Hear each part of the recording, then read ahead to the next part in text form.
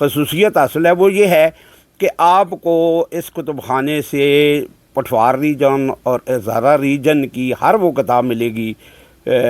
جو پرنٹ ہوئی ہے یا قلمی نسخہ ہے، تقریباً ہو سکتا ہے بہت سی کتابیں نہیں بھی ہوں گی۔ تو دوسرا جو ہے، چونکہ میرا بیسکلی جو ہے وہ میرا تاریخ آثار قدیمہ کے ساتھ میرا شغف ہے، میرا شوق ہے، جنون ہے، تو تاریخ آثار قدیمہ پر کتابیں ہیں۔ اور تیسرا جو ہیں، یہاں آپ کو کتابیں ملیں گی جو انتیک کتابیں مثلاً پاکستان سے پہلے لے کر 16ویں صدی تک پرنٹ ہوئی ہیں، وہ کتابیں ملیں گی، قلمی نسخے ملیں گے، مینوسکرپٹ وہ بھی تقریباً 600 کے قریب ہیں۔ اس کے علاوہ میں نے اس خطے پر جو ہمارا خصوصاً اور بھی چیزیں ہیں، مختلف ہیں، قائد اعظم سے متعلق ہیں، علماء اقبال سے متعلق ہیں، سر سید احمد خان سے متعلق ہیں، ایسی چیزیں ہیں جو اور کہیں نہیں ہیں، یا اس طرح اور بے شمار۔ لیکن یہ جو ہمارا خطہ ہے پٹھوار ہزارہ، اس کے حوالے سے میں نے ہر چیز اکٹھی کرنے کی جو ہماری تاریخ، تہذیب، ثقافت یا آثار قدیمہ کے حوالے سے ہو، مجھے جس پر دسترس حاصل ہوئی وہ میں نے جستجو کر کے حاصل کی، وہ پاکستان کے کسی کونے سے ملی، یا میں نے بہت سی چیزیں ہیں وہ بیرون ممالک سے، آسٹریلیا سے میں نے منگوائیں، انگلینڈ سے منگوائیں، انڈیا سے، افغانستان سے، مختلف علاقوں سے۔ تو الحمدللہ میرے پاس اس وقت جو ہے تقریباً 25,000 کے قریب تو صرف کتابیں ہیں۔ اس کے علاوہ مختلف اینٹیکس ہیں جن میں سکے ہیں، برتن ہیں، اوزار، ہتھیار، بے شمار چیزیں ہیں۔ پھر اس کے علاوہ جو لوگوں کی ہینڈ رائٹنگ خطوط ہیں قدیم، اس میں فتوے ہیں، تحریریں، مختلف قسم کی تحریریں ہیں، بے نامے ہیں، اشٹام ہیں، بے شمار چیزیں ہیں، کرنسی نوٹ ہیں، بے شمار چیزیں ہیں۔ تو میرا جو بنیادی مقصد ہے، میں چاہتا ہوں کہ میرا جو علاقہ ہے اس کا علم و ادب جو ہے، اس کی جو تاریخ ہے، ماضی اس کا بڑا شاندار ہے۔ اس کا اگر آپ دیکھیں 32,100 سال پہلے بھی میرے پاس کتابیں موجود ہیں، تو ان میں اس علاقے کا ذکر موجود ہے۔ یہاں درسگاہیں تھیں، علوم و فنون جو تھے وہ یہاں سے لوگ حاصل کر کے پوری دنیا میں جاتے تھے، چین، جاپان اور وسط ایشیا اور مختلف ممالک میں۔ تو یہاں ہی دنیا کی سب سے پہلی گرامر لکھی گئی، یہاں ہی بعض لوگ کہتے ہیں کہ دنیا کی پہلی کامتی یونیورسٹی بھی تھی، گو کہ وہ یونیورسٹی درسگاہوں کی صورت میں تھی، مختلف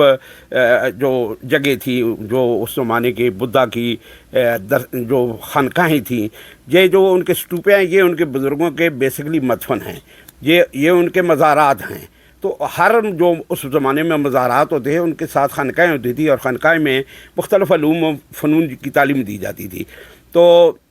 یہ جو میرا گاؤں ہے یہ بھی اسی شاندار ماضی کا عمل ہے۔ اس میں بھی وہ خانقاہ تھی، اس میں وہ جو علم کی درسگاہ تھی، بدھا کی میں بات کر رہا ہوں، اس زمانے کے وہ آثار موجود تھے۔ اب وہاں مسجد بنا دی گئی، جو مکانات بنا دیے گئے۔ تو اس کے علاوہ اسلامی پیریڈ میں بھی 1000 سال سے یہاں جو ہے وہ مختلف علوم و فنون کی ترویج اور اشاعت اور تدریس ہو رہی ہے۔ تو الحمدللہ اللہ تعالیٰ نے میں تو ایک زمیندار گھرانے میں، ایک متوسط طبقے کے گھرانے میں پیدا ہوا، تو اللہ تعالیٰ نے یہ علم کی چار جو ہے وہ مجھے نصیب کر دی، اور الحمدللہ میں اس کے حوالے سے ہر پہلو پر کام کر رہا ہوں۔ جی راج صاحب، بالکل مجھے سمجھ آئی کتنی قدیم کتابیں آپ کے پاس ہیں۔ کیا اس دوران میں ہمارے جو پڑھنے لکھنے والے لوگ ہیں، ایک سوال آتا ہے کہ ہمیں جو تاریخ پڑھائی گئی یا کوئی چیز ہم سمجھتے ہیں جو ترقی ہوئی ہے، وہ صرف انگریزوں نے اپنی کتابوں میں یا انگریزوں کو ہم نے دیکھا ہے، اور جو تاریخ بھی ہے وہ اگر ہم پڑھتے ہیں تو انگریزوں کی تاریخ پڑھتے ہیں جو انہوں نے لکھ کے ہمیں دی ہے، برٹش دور پیرا جو گزرا ہے جو بھی ہے۔ کیا کوئی اس طرح کی کوئی کتاب آپ کی اس کلیکشن میں، اس لائبریری میں ہے جو مغل دور میں جنہوں نے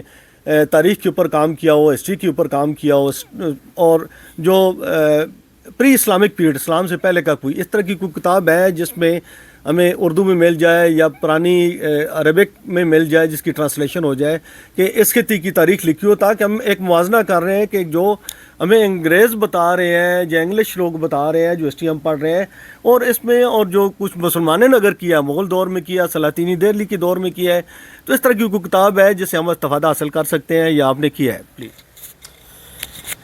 بہت شکریہ جی ملک صاحب، آپ نے ایک بہت ہی اہم چیز کی طرف توجہ دلائی۔ اصل میں ہمارے علاقے کا ایک بہت بڑا المیہ ہے کہ یہاں یہ علاقہ جو ہے یہ ہر دور میں، یعنی میں مثلا ایک گاؤں ہے ہمارے علاقے میں، سلم کھنڈ ہے ہزارے میں، تو اس کی تاریخ میں پڑھ رہا تھا گزشتہ دنوں، تو میں نے دیکھا کہ ہر 10-15 سال کے بعد اس پر حملہ کیا گیا اور اس کو جلایا گیا اور تباہ و برباد کیا گیا۔ ایک تو ہماری بدقسمتی ہے کہ یہ علاقہ جو ہے یہ ہر وقت جنگ و جدل اور جو بیرونی حملہ آور تھے ان کے راستے میں رہا، اور اس کی جو علمی سرمایہ تھا، ظاہر ہے لوگ جس وقت جنگ کے میں مبتلا ہوتے ہیں تو وہ صرف اپنی جان بچانے کے لیے بھاگتے ہیں، باقی کسی چیز کی ان کو اس وقت پرواہ نہیں ہوتی۔ ایک تو ہمارا اس خطے کا علمی سرمایہ جو تھا اس وجہ سے بہت ضائع ہوا ہے۔ دوسرا جو ہے کہ ہمارے ساتھ اس خطے کے ساتھ خصوصاً میں سمجھتا ہوں کہ ایک بہت بڑا ظلم یہ ہوا ہے کہ جب ہمارے مسلمان یہاں آئے تو یہاں کا رسم الخط بدلنے سے جو قدیم تحریریں تھی وہ ہم نے ان پر توجہ نہیں دی۔ مثلاً وہ اگر کسی زبان میں بھی تھی، کسی رسم الخط میں بھی تھی، تو میں خود دیکھتا ہوں کہ قیام پاکستان میں جب جو ہندو جو تھے، جو قدیم زمانے علاقے کی زبان جاتے تھے، وہ جانے کے بعد ان کی جو علمی سرمایہ تھا وہ لوگوں نے اس کے ساتھ اتنا ظلم کیا کہ اس کو جلا کر لوگوں نے اس کے اوپر چائے بنائی اور ہانڈیاں پکائیں۔ تو ہمارے لوگوں نے اس میں ملوث ہیں۔ ایک تو وہ رسم الخط چھوڑنے کی وجہ سے ہمارا وہ سرمایہ جو اس خطے کا تھا، علمی سرمایہ، وہ ضائع ہوا، اور پھر قیام پاکستان کے وقت جو ہم نے ظلم کیا اس کی وجہ سے وہ ہمارا علمی سرمایہ جو تھا وہ ضائع ہو گیا ہے۔ میں خود دیکھتا ہوں کہ ہمارے مسلمانوں کا اتنا شاندار علم ہے کہ وہ ایک انگریزی اخبار، میں خود ابھی گزشتہ دنوں میں رواد کے قریب سے گزر رہا تھا، میں نے دیکھا کہ ایک آدمی انگریزی اخبار کے ساتھ جو ہے وہ پیشاب خشک کر رہا ہے، تو اس کو کیا پتہ ہے کہ اس میں کوئی قرآن کی آیت لکھی ہے، کوئی حدیث لکھی ہے، کوئی کلمہ خیر لکھا ہوا ہے، کیا لکھا ہے۔ تو ہمارا یہ تعصب یا علمی یہ بہت بڑا انتہا ہے کہ ہم جو دوسرے کی زبانوں کے ساتھ جو ہیں وہ رویہ نہیں رکھتے۔ حالانکہ نبی کریم صلی اللہ علیہ وسلم نے خود فرمایا ہے کہ علم حاصل کرنے کے لیے تمہیں اگر چین جانا پڑے تو وہاں بھی جاؤ۔ تو کیا چین میں اس وقت کوئی تفسیر حدیث پڑھائی جاتی تھی؟ وہاں تو مختلف علوم و فنون کی تعلیم دی جاتی تھی، اور نبی مومن کی گمشدہ میراث ہے علم جو ہے۔ نبی کریم صلی اللہ علیہ وسلم فرمایا کہ جہاں سے آپ کو ملے یہ ضرور لے لو، لیکن ہم جو ہیں بس اتنے تعصب کی انتہا کو پہنچے ہوئے ہیں کہ ہم دوسری زبانوں میں لکھے ہوئے علم کو علم نہیں سمجھتے، جبکہ اگر آپ مسلمانوں کی شاندار تاریخ کو اٹھا کر دیکھیں تو ہمارے جو اموی حکمران تھے یا عباسی تھے، وہ دنیا بھر سے جس قسم کی کوئی کتاب ملتی تھی، جس زبان میں، جس خط میں ملتی تھی، وہ فوراً جو ہے وہ جو دارالخلافہ تھا وہاں پہنچتی تھی، وہاں دارالترجمہ تھا وہ ترجمہ کر دیتا تھا فوراً اس کا عربی فارسی میں۔ تو آج جو ہم علم سے دور ہوئے ہیں وہ اسی وجہ سے دور ہوئے ہیں کہ سب سے پہلے تو ہماری جو مسلمانوں کی زبان تھی عربی فارسی، ہمیں اس سے دور کیا گیا،